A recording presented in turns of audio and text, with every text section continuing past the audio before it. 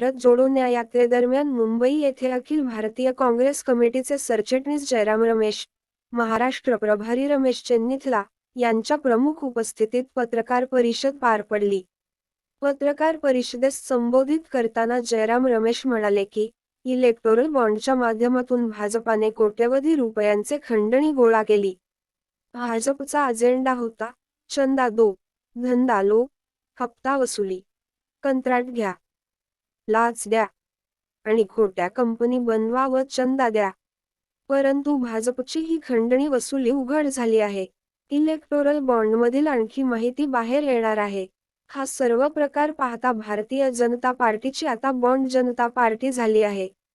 भारत जोडो न्याय यात्रा जानेवारी 14 रोजी मणिपूरच्या इम्फाळमधून सुरू झाली. 16 राज्य 110 जिल्हे व 6700 किलोमीटरचे अंतर पार करून मुंबईत यात्रेचा समारोप झाला. इलेक्टोरल बॉन्ड मधून भाजपाला मिळालेल्या 6000 कोटी रुपयांच्या खंडणीविरोधात न्याय यात्रेच्या 6000 किमीचा सामना असा मुद्दा लोकसभा निवडणुकीच्या प्रचारात दिसेल. या यात्रेतून 5 न्याय गॅरंटी दिल्या आहेत.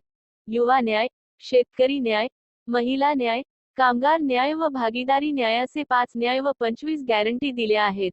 काँग्रेसची गॅरंटी व्यक्तीची नाही तर पक्षाची आहे, तर मोदींची गॅरंटी संविधानाला धोका, सर्वांना आर्थिकदृष्ट्या संपवून टाकण्याची गॅरंटी आहे असा टोला त्यांनी मारला.